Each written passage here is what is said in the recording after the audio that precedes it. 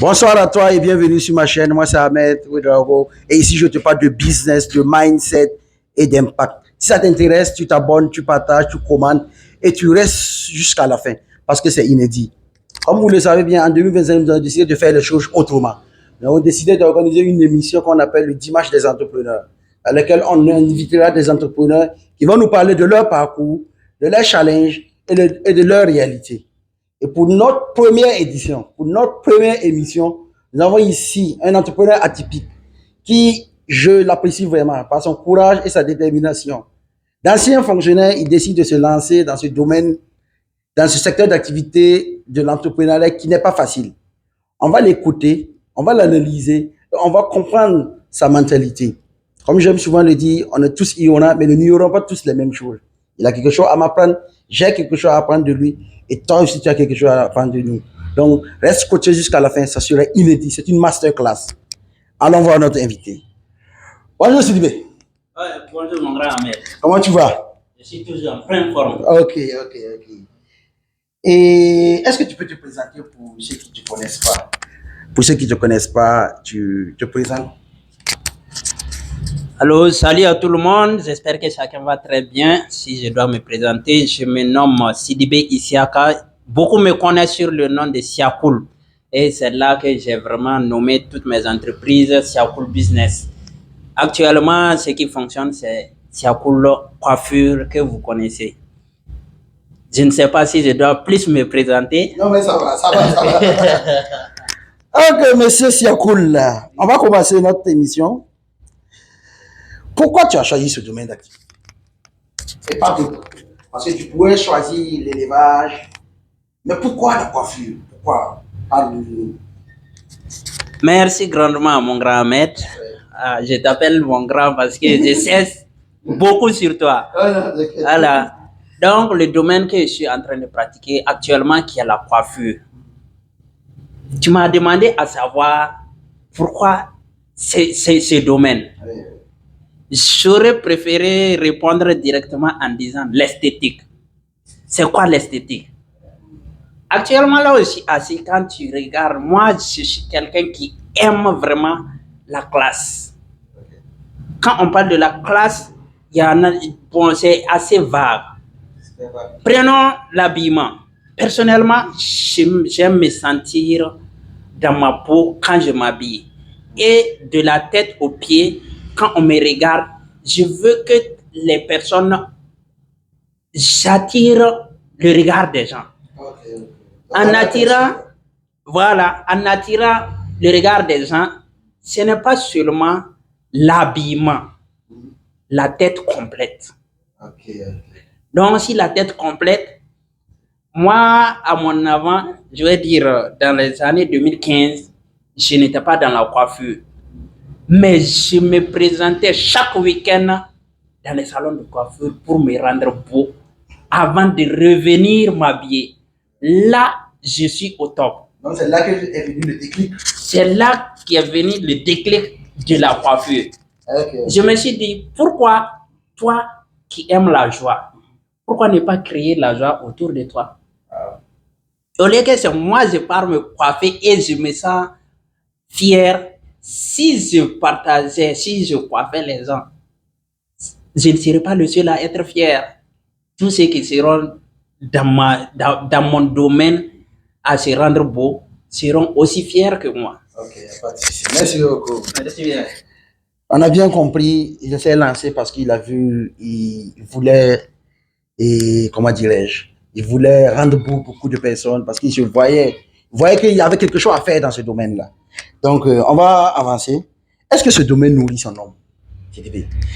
Est-ce que c'est sûr que l'esthétique, la coiffure, est-ce que ça rapporte beaucoup d'argent? Est-ce que ça rapporte vraiment de l'argent? Merci beaucoup. Si j'ai très bien compris, tu veux savoir si la coiffure nourrit son homme. Oui, c'est ça. Exactement. Mais pas est-ce que la coiffure me nourrit. Dans tous les deux cas, je vais répondre. Est-ce que il y a un domaine d'activité qui ne nourrit pas son homme? Mais bon, la plupart des gens ne s'en sortent pas aussi dans le domaine. Parce que Ils s'en sortent pas parce qu'ils ne sont pas dans le domaine. Ah bon? Si je dis ils ne sont pas dans le domaine, beaucoup se lancent dans des domaines que eux-mêmes ils n'aiment pas, mais plutôt à cause de l'argent. Ok. Si tu te lances dans quelque chose à cause de l'argent, moi je ne suis pas sûr que tu vas réussir. Ça ne va pas te rapporter. Y a pas de souci. On a bien. Mais quand tu te lances dans un domaine qui te tient à cœur, tu sais que coûte, il faut que tu performes dedans. Donc, la passion, quoi. La passion. T'as l'idée. Il faut que tout ce que tu fais, ça soit avec passion. Ok. D'accord. Pour bien répondre à ta question, le domaine de la coiffure nourrit très bien son nom. Tous ceux qui ont pris avec la passion, j'ai suivi beaucoup de mes mentors qui sont sur les réseaux sociaux, qui font des grandes villes pour aller, c'est-à-dire pour aller coiffer d'autres personnes. Ok. Hier même, je suivais un qui faisait, je pense, c'est Belgique et puis où, qui tournait sur les et dans la rue. Même les mendiants, il peut te prendre et il te montre une photo et te demande est-ce que tu veux te sentir comme telle personne dans la photo, tandis que tes cheveux sont mélangés. Il fait sortir ses matériels, il te rend beau. Dans ça, lui-même, il est passionné de son travail et il est fier du travail et c'est ce travail qui lui a amené loin. Maintenant, si tu t'es lancé dans un domaine qui ne te plaît pas, au fil du temps, tu vas trouver que non, il n'y a rien dedans et tu vas abandonner. Ok. Merci beaucoup. Merci beaucoup pour cette réponse. C'est la passion. Donc, ok. La troisième question, c'est quoi? Quelles sont les difficultés que tu rencontres dans ce domaine-là? Tout en sachant que, bon, la plupart des gens vont dire que le domaine, que la première difficulté, c'est la finance. C'est l'argent pour gérer. Où toi, tu as trouvé les fonds pour commencer? Parce que dans un pays là où on connaît ce qui se passe, les difficultés vraiment de ce domaine, c'est quoi? Merci beaucoup. Si je dois parler des difficultés de ce domaine, il y en a énormes. Mais personnellement, les difficultés qui sont là, je dis, ce sont les difficultés de ma mode. Ok. Si je parle de mode, c'est la manière dont moi-même je veux trouver mes clients plus, c'est-à-dire rendre un client heureux, Satisfait quoi? très satisfait. Mais j'ai toujours de la difficulté à atteindre le niveau que je veux, mais je ne vais pas dire que je ne suis pas satisfait. Ce n'est pas encore arrivé. Ok, il n'y a pas de souci. Voilà, merci. On a bien compris. Donc, tu veux dire que ta première difficulté, c'est que si tu veux que le client soit satisfait de ton travail, quoi. Exactement. Dépassé. Ok. Ça, c'est toi, Ben. Ok, il n'y a pas de souci. Mais bon, quelqu'un qui veut se lancer, un jeune qui veut se lancer dans ce domaine d'activité là, qui est la coiffure aujourd'hui, toi, avec combien d'années d'expérience? Bon, disons 2 ans en temps plein, mais je suis à plus de 5 ans. Ok. Donc, disons, c'est presque 5 ans d'expérience. Quel est le conseil que tu lui donnes? Quel est le premier pas? C'est de suivre, c'est d'aller apprendre chez les autres coiffeurs, travailler gratuitement, ou bien quelle est la démarche à suivre pour te lancer dans ce domaine? Merci grandement, Ahmed. Ce que moi j'ai donné comme conseil à quelqu'un qui veut se lancer dans le domaine de la coiffure, il faut dire la passion d'abord. Okay. Il faut être passionné du travail que tu veux. Ensuite, il faut te lancer dans la formation. Les gens ne veulent pas se former.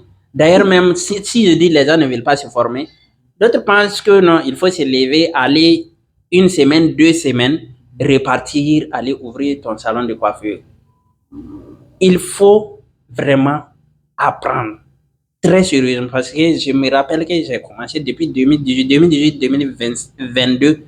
Je me suis dit que ce n'est toujours pas suffisant. Jusqu'à aujourd'hui, j'ai toujours les jours que les gens choisissent pour aller se reposer. Moi, je prends ces jours pour aller me faire former. Jusqu'à demain, je pars me former. C'est l'essence du succès. Parce que ce que je cherche n'est pas encore arrivé. Mais les jeunes d'aujourd'hui, quand ils se lèvent aujourd'hui, ils veulent aller se former chez toi, ils veulent que tu les prennes gratuitement, tu vas les nourrir, tu vas encore les donner de l'argent. En ce moment, tu ne te formes pas, tu es allé chercher de l'argent. Si tu pars pour te former, il faut que toi-même, tu fasses sortir quelque chose dans ta poche pour donner à ton formateur, pour qu'il sache que tu es venu vraiment pour te former. Et il faut oublier tous les petits soucis qui sont là-bas. Quand quelqu'un part se former, un jour, 2 jours, les petites mésententes là, le gars il fuit, il part dans un autre coin. Il fuit, il part dans un autre coin. En faisant le tour de tous les coiffeurs, au final, il va rien apprendre et il va vouloir ouvrir son salon. Okay. C'est l'échec direct. Donc, tu veux dire qu'ils doivent être d'abord passionnés et se former. Voilà. Mais dans tout ça, il y a un volet que tu ne parles pas, le volet financement. Où on gagne le financement pour commencer? C'est ça. Moi, je n'aime pas parler de finances parce que il ne faut pas obligatoirement de l'argent pour commencer quelque chose. Ok. Ah bon? Il ne faut pas obligatoirement c'est pas ce que les gens pensent. La finance. C'est pas ce que les gens pensent. Moi, j'ai toujours dit que avant de commencer quelque chose, si on te donne de l'argent, tu vas perdre. Okay. Sans formation, tu vas perdre. Sans intelligence financière, si on te donne de l'argent, tu vas perdre. Il faut que toi-même tu chasses ce que tu veux faire d'abord avec le financement qu'on doit te donner. Okay. Et te financer. Voilà. Personnellement, l'argent que moi j'ai investi, c'est l'argent que j'ai pu économiser pendant que je fonctionnais. Okay. Les gens vont profiter de ça, dire qu'il a dit que non, qu'on ne doit pas parler de finance. On ne doit pas parler de finance parce que il faut du bootstrapping. Le bootstrapping que j'ai entendu de mon grand Maxime Victor, il faut grandir avec ce que tu as. Il faut grandir avec ce que tu as. Tu n'as pas l'argent pour aller ouvrir un salon luxueux. Va chercher, même si c'est un petit coin qui ne coûte pas, tu grandis un peu. Mais les gens veulent vraiment un coin de... Bon, je ne sais pas comment. Non! Sinon, c'est qu'ils veulent là. Moi, je veux plus que ça. Parce que moi aussi, je veux que si les gens là viennent là, qu'ils me regardent que je suis au 10e étage. Et voilà. Donc, il faut commencer. J'ai un grand mentor que j'adore beaucoup, qui me forme actuellement, qui a commencé sous les arbres. Tu vois ça? Qui a commencé sous les arbres avec peigne et puis lame. Mais aujourd'hui, c'est un grand formateur. Okay. Voilà. Donc, il faut être formé pour pouvoir comprendre tout ça. Non, je comprends bien. Commence là où tu es, commence avec ce que tu... Ok.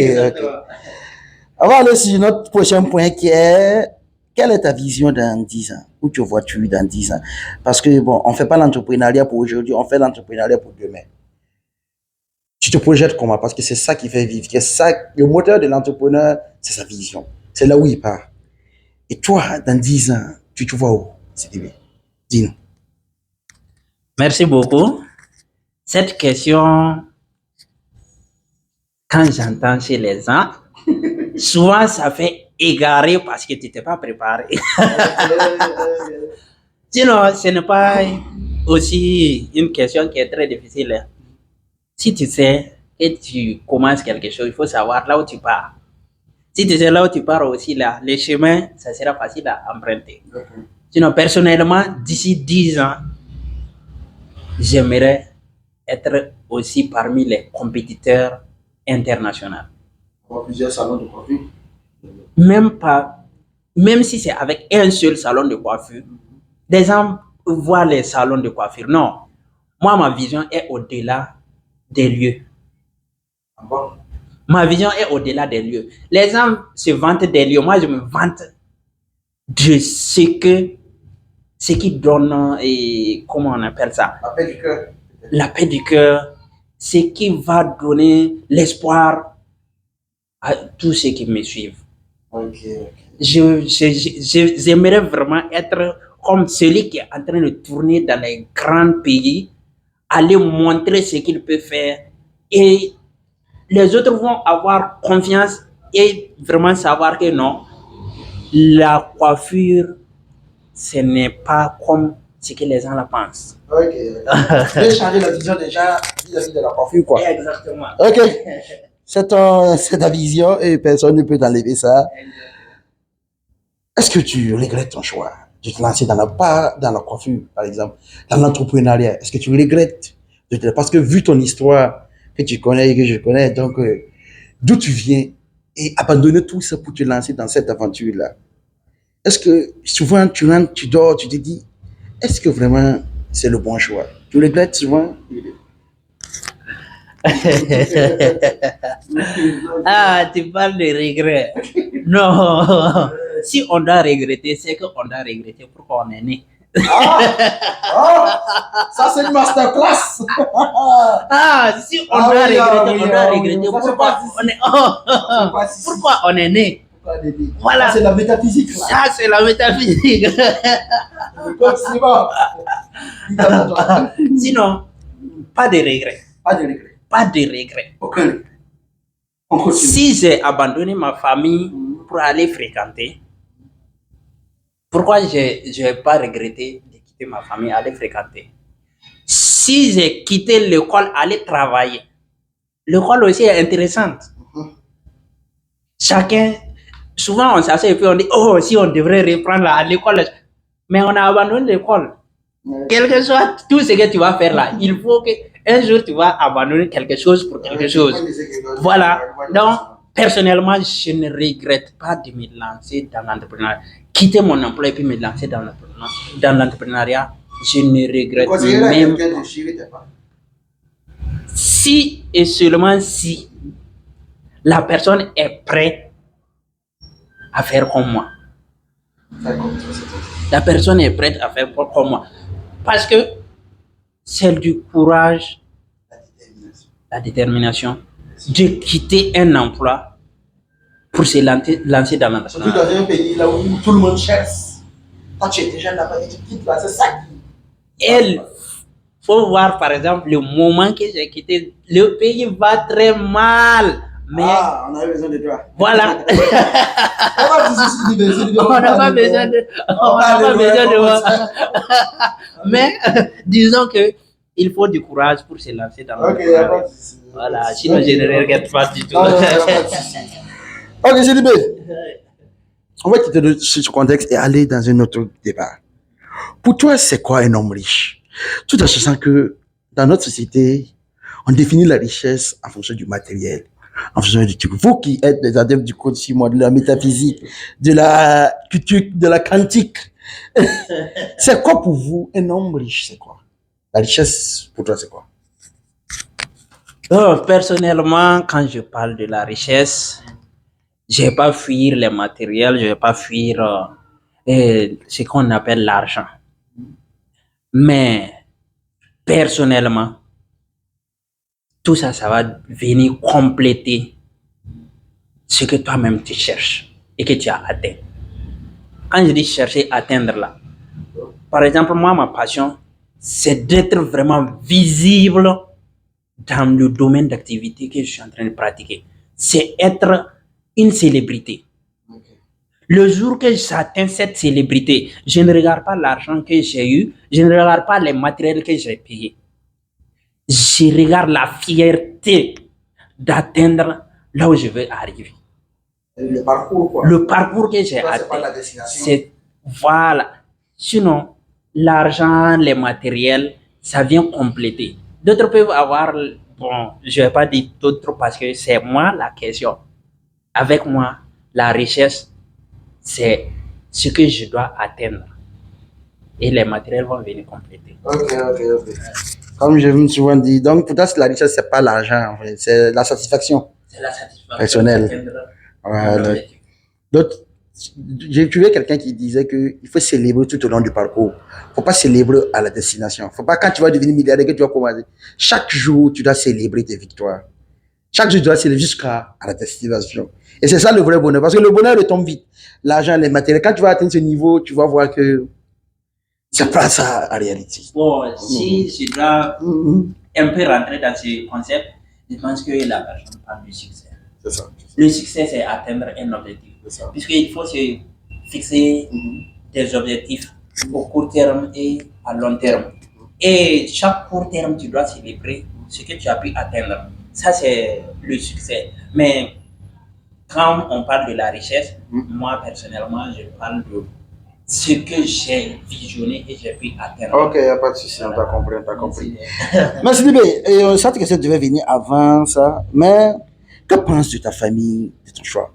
Dans un contexte là où entreprendre, c'est une crime ici en Afrique, parce que quand tu te lèves, tu veux devenir entrepreneur, tu as la guerre, on va te faire la guerre. Surtout comme toi, qui étais dans un milieu stable, et tu décides de rentrer dans ce monde. Ta famille, tu as des enfants, ta femme, tes parents, ils ont pensé quoi de ton choix? D'abandonner tout et de te lancer. Que pense ta famille de aujourd'hui? Qui est ta famille et toi, les relations, c'est comment?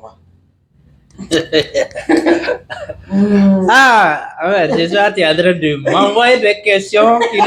Si je dois trop rentrer dans les profondeurs, on va pas aller dans les 20, on va dépasser les 20 heures là, ici.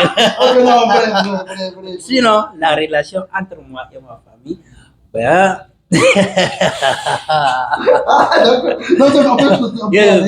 les choix sont difficiles. Mais la famille proche, ta femme. La famille proche, la femme, les frères, le papa, je ne peux pas rentrer dans leur cœur, mais dans les réactions, souvent je vois qu'il y a d'autres qui s'inquiètent. Comment tu peux laisser, toi tu étais dans une statut stable et tu abandonnes ça, tu viens à zéro. Comment tu vas faire pour te nourrir ta famille et puis payer tes factures?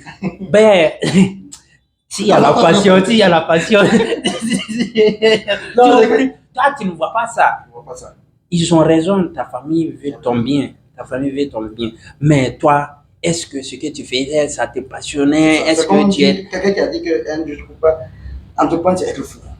Voilà. C'est être un vrai fou. Souvent, il faut créer des trucs que les gens là vont se demander, c'est quoi lui, il est en train de faire. Qu'est-ce que beaucoup même m'appellent dire, toi là, tu n'arrêtes pas de nous surprendre. Tu n'arrêtes pas de... Depuis l'école, moi, je suis toujours comme ça. À l'école, je peux être là en train de faire des trucs et entre-temps, je vis là où vous ne pensez pas que je dois aller là. C'est là où je pars et puis je vois, tu ne changes pas, toi. Voilà. Et pourtant, la vie, moi, je me dis que la vie aussi est faite ainsi. Faut pas que tu vas te concentrer sur la même routine. Voilà, c'est ça. Une seule routine, une même routine là, ça donne. C'est du stress. C'est du stress.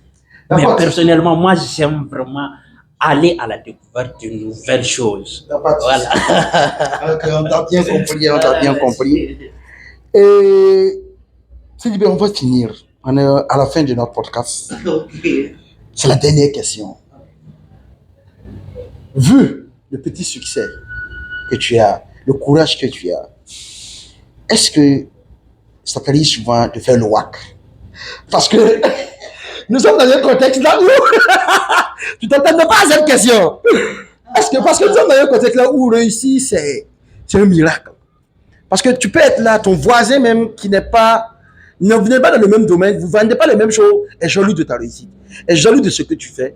Souvent, est-ce que tu vois des grillés devant ta porte, comme souvent Moi, j'étais témoin d'une scène que le voisin, c'est une boutique et l'autre, il fait du e-commerce, mais il est jaloux. Il est même allé pour le wacker. Mais est-ce que toi, tu fais le WAC pour te protéger peut-être, ou bien pour avoir des clients? Quelle est ta réponse à ça? Oh, merci grandement. Je ne m'attendais pas à la question, mais ça, je peux dire que j'aime cette question plus que toutes les questions. Il y a un frère qui a une fois dit que le WAC, ou ça, qu'on m'a wacké là, c'est parce que toi-même, tu as accepté qu'on t'a wacké. Et à chaque fois, quand je m'assois et puis je pense à ça, je ris seul. C'est toi-même qui as accepté qu'on t'a wacké. Ah bon? Si je te dis, Ahmed, tu vois, ton coin là, ça ne marche pas parce qu'on t'a wacké. Et si dans ta tête, toi, tu dis, vraiment, on m'a wacké, tu vas commencer à baisser les bras. Et moi, c'est le contraire. Non, c'est un état d'esprit. C'est un état d'esprit. Ah bon. C'est un état d'esprit. Moi, personnellement, c'est là qui va devenir du carburant. Si je sens que toi, tu es en train de me waquer, ou soit tu essaies de me waquer, c'est là que je vais te montrer que non, ce que tu es en train de faire là, au fait, ce sont des futilités. Mais est-ce que tu fais des wak pour avoir, d'autres font des wak pour avoir des clients? Ça, c'est quand moi, je n'avais pas l'esprit de l'entrepreneuriat. J'ai tué beaucoup, j'ai gâté beaucoup d'argent et je m'excuse auprès des animaux que j'ai tués pour de l'argent. Mais depuis que l'esprit de l'entrepreneuriat m'est rentré, je suis sûr et certain, je m'en fous de WAC. Je m'en fous de Tu WAC. t'en fous de wak. Tu as dépassé ça. S'ils veulent, ils n'ont qu'à venir avec le Walkman. Je vais le dire. Est-ce que tu es sûr de ton WAC? Si tu essaies, après, il ne faut pas regretter. On va regretter. Non, on va regretter. Ok. S'ils veulent, ils n'ont qu'à venir déposer le Walkman devant ma porte. Je vais venir leur dire bonjour Mais et puis déjà, rentrer. mais- Et puis rentrer travailler. Les clients même vont rentrer devant lui là. Il va dire, ah, laissez le petit là. On ne sait pas c'est quoi qui est derrière Il lui. n'y a pas de souci, il n'y a pas de souci. On aurait bien compris. C'était pas facile, Sidibé. On a passé quelques minutes ensemble. On est à la fin du podcast. C'était très enrichissant. Tu as parlé à cœur quand de voir Non. la sueur. On voit que tu es passionné par ce que tu fais. Et c'est ça. Moi, c'est aujourd'hui que je vais te dire, mais j'apprécie ton parcours parce que le courage que tu as eu vraiment. Même au quartier, on était ensemble au quartier. Ceux qui savent, on était ensemble au quartier. D'autres disaient que, est-ce qu'il était normal? Est-ce qu'il est normal? Mais moi, bon, moi, je me dis que, est-ce que vraiment, un homme peut avoir ce courage-là? Mais, te voir aujourd'hui cheminer, ça te donne raison. Tu vas donner raison. Tu vas te donner raison. Merci de t'avoir, de te prêter à cet exercice. À vous, les merci. C'est un podcast qui sera diffusé dimanche. C'est le dimanche, chaque dimanche, un entrepreneur. Ok. Le mot de fin. Quel est ton mot pour la fin? Quel est le message que tu adresses à toute cette jeunesse?